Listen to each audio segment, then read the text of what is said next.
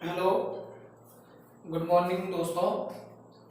देखिएगा, आज जो हमारा क्लास 10th में हम चैप्टर नंबर 3 दो चर वाले रेखीय समीकरण सोल्व करना बता रहे थे। तो उसमें बताया गया था कि 3 विधियों द्वारा समीकरण को सोल्व किया जाता है। तो उसमें एक हमने विलोपन विधि करवा दी थी। आज भी कुछ क्वेश्चन विलोपन विधि के ही करने हैं और कल जो आपको मिलेगा प्रतिस्थापन मिलेगा, फिर आपको अगली वीडियो में बजूरन मिलेगा। तो उसके कुछ क्वेश्चन मैंने करवाए थे। आज जो उसका एक मैं दूसरा क्वेश्चन लिख रहा हूं, तो देखिएगा भी हम जो करने वाले हैं, आज भी हम अभी विलोपन विधि को ही करने वाले हैं, ताकि आपको अभी ये पूरी विधि बहुत अच्छे से समझ में आ जाए। एक बार बता चुके हैं, इसके द्वारा बताया जा रहा है क्योंकि बहुत जरूरी है ये आपके लिए। तो मैंने यहाँ एक क्वेश्चन लिखा कि s माइनस टी बराबर 3 और एक है हमारे पास s बटे 3 प्लस टी बटे 2 बराबर 6। क्योंकि हमें सिर्फ इन्हें सोल्व ही करना होता है और इन्हें सोल्व करके हमें x और y की वैल्यू प्राप्त करनी होती है। यहाँ x और y की जगह s और t है, तो आप इसी को सोल्व करेंगे। ये समीकरण तो रैखिक में बिल्कुल सिंपल दिया गया, तो आप इसको मान लेते हैं समीकरण नंबर 1। पर ये वाला भी बटे में है, तो आप इसके हर को हटा सकते हैं किस तरीके से कि आप यहाँ इनकी क्रॉस मल्टीप्लाई कर देते हैं, ऊपर की गुणा नीचे और यहाँ नीचे गुणा ऊपर। तो आप जब पहले s की गुणा 2 में करते हैं तो आपको मिलता है 2s, जो चिन्ह था प्लस है तो प्लस, माइनस होगा तो माइनस। आप 3 की गुणा करते हैं t में तो आपको मिलता है 3t। तो जब आपने पहले यहाँ जो आपको गुणा करने का नियम बता रहा हूं, अगर हमने इस तरह लिख दिया तो पहले आपने करा 2 पंजे 10, यहाँ चिन्ह प्लस तो प्लस, माइनस तो माइनस, 4 तिया 12 और बटे में आप हमेशा इन दोनों की गुणा कर देते हैं। आपको यहाँ एलसीएम लेने की जरूरत नहीं पड़ेगी। तो 3 दूनी कितने हो जाते हैं 6, बराबर भी कितना है 6। अब जब आप इसके बटे में 1 मान लेते हैं, इसे भी हमें एक रैखिक समीकरण के रूप में यानी कि एक लाइनर में बनाना है, एक लाइन वाली, ताकि उसमें अंश और हर का कोई रोल ना रहे। तो अब जब आप इसकी गुणा 1 में करते हैं, एक ऐसी संख्या होती है जिसमें हम किसी की भी गुणा करें तो हमें वही मान प्राप्त होता है। यानी कि 2s प्लस 3t में अगर 1 की गुणा करते हैं तो हमें 2s प्लस 3t ही प्राप्त होता है। और जब हमने जहां जिस तरह यहाँ पे गुणा किया था वैसे यहाँ करते बराबर के बाद, तो ये मिलेगा 6 6 36 और इसको हम कह देंगे ये है हमारे पास समीकरण नंबर 2।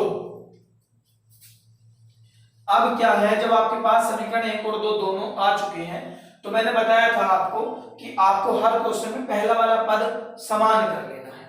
समान कैसे करते हैं, उसको हम किसी भी संख्या से अपनी तरफ से गुणा कर सकते हैं। अपनी तरफ से कोई गुणा ना करनी हो तो आप इन्हीं में देख लें कि ये वाले और इसके आगे जो लिखे हुए अचर संख्याएं हैं वो क्या है कि उन्हें सेम बनाया जा सकता है। तो यहाँ 2 है, यहाँ 2 नहीं है, तो यहाँ 2 बनाया जा सकता है केवल किससे, यदि हम 2 से गुणा कर दें। अब इसके आगे क्योंकि 1 होता है और 1 की गुणा इसमें करेंगे तो यही रहेगा। हम इसको लिखने का तरीका क्या बताया था कि पहले हम क्या कर रहे हैं, यहाँ पर समीकरण 1 और गुणा कर रहे हैं 2 से, और समीकरण 2 ऐसे ही है। और हमेशा क्या करना होता है, जब भी आप इसको और इसको समान करते हैं तो दोनों को क्या करते हैं माइनस, घटाने पर। तो ऐसा करने पर अब जब आपने इसको किया होगा तो क्या मिलेगा आपको, इसमें आप 2 की गुणा करेंगे तो आपको प्राप्त होगा 2s माइनस 2 की गुणा t में भी करेंगे तो आपको मिलेगा 2t बराबर, और 2 तिया मिलेगा आपको 6। इस समीकरण को आप ऐसे ही लिख लेंगे 2s प्लस 3t और बराबर आपको मिलेगा 36। और मैंने बताया था इसके बाद आप यहाँ करते हैं हमेशा इन्हें घटाने पर। और जब भी आप लिखते हैं घटाने पर, तो घटाने पर सबसे पहला काम क्या होगा, चिन्ह चेंज करने का। तो मैंने यहाँ चिन्ह चेंज कर दिया, प्लस है तो माइनस, प्लस है तो माइनस और प्लस है तो माइनस। और ऐसा करने से हर बार घटाने से पहले वाले पद इनके कट जाए, क्योंकि प्लस के 2s से माइनस के 2s कैंसिल हो जाए। अब क्योंकि ये माइनस के 2t है, ये माइनस के 3t है, चिन्ह जो काम आपके करते हैं वो ऊपर वाला और नीचे वाला ही चिन्ह काम करता है, बीच वाला चिन्ह इसमें काम नहीं करता, उसको हम छोड़ देते हैं। क्योंकि दोनों माइनस है, दोनों माइनस है तब भी जोड़ते हैं, दोनों प्लस है तब भी जोड़ते हैं। प्लस प्लस के होते हैं तो चिन्ह भी प्लस का आता है, माइनस के होते हैं तो चिन्ह भी माइनस का आता है। जबकि एक प्लस हो एक माइनस हो तो हमेशा उनको हम घटाते हैं, और जिसके ज्यादा होते हैं चिन्ह उसी का लगाते हैं। आप इस बात को कई बार सुनते रहे, ध्यान रखते रहे। तो अब जब हम इसमें 2t में 3t जोड़ेंगे तो हमें कितने प्राप्त होंगे, यहाँ से 5t। और किसके आएंगे 5t, क्योंकि दोनों जगह माइनस के, तो ये भी माइनस के ही होंगे।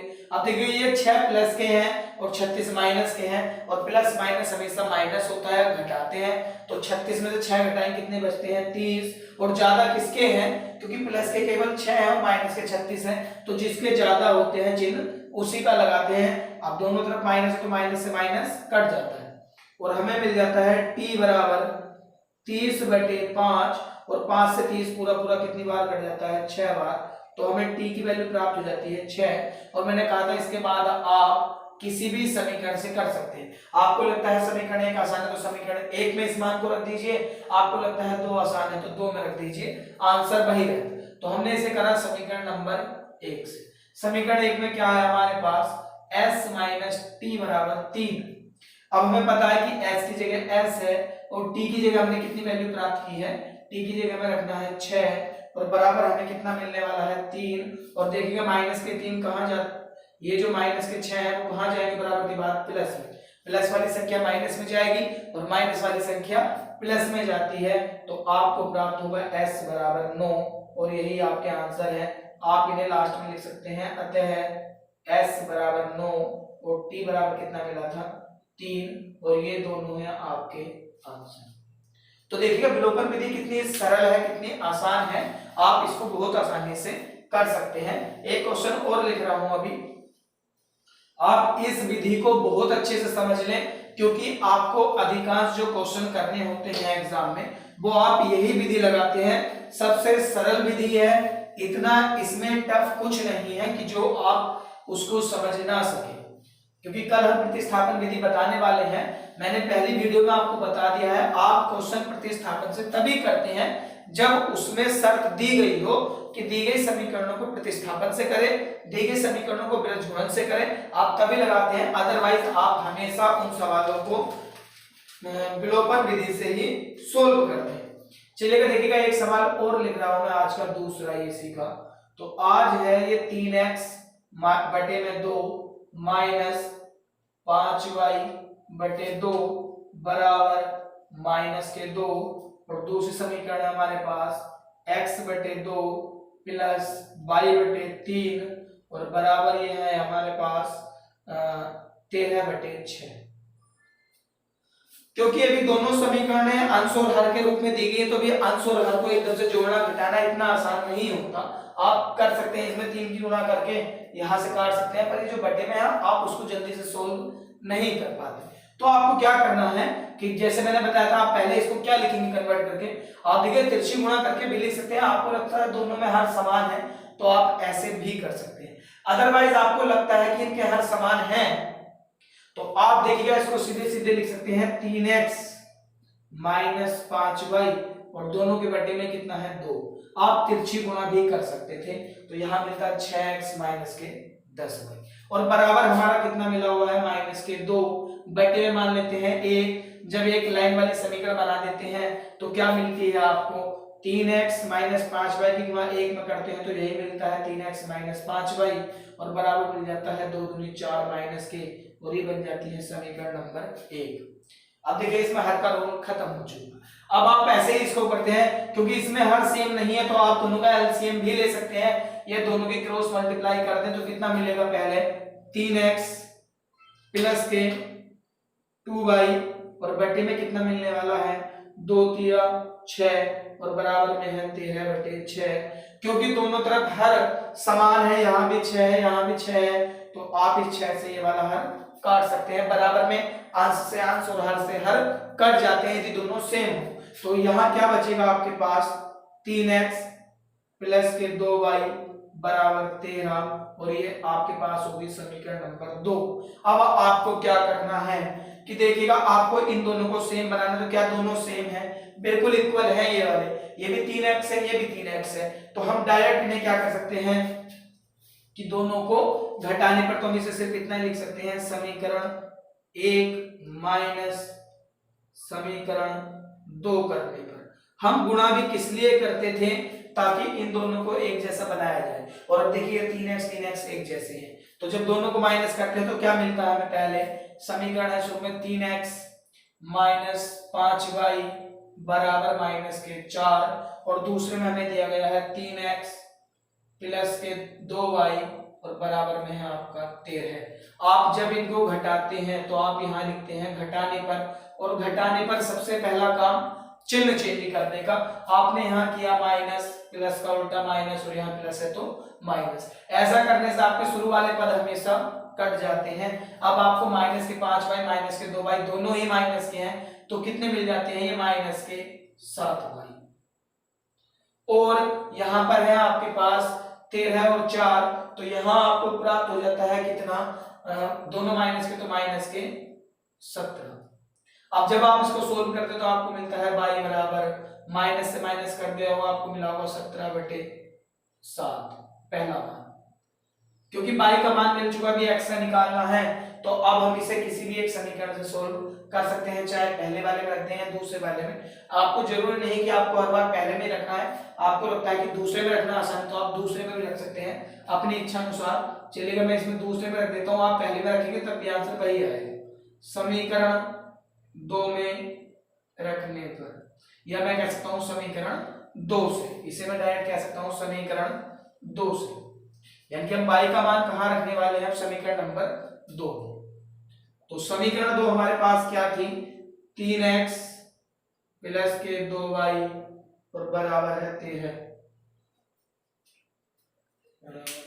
3 3 और 4 13।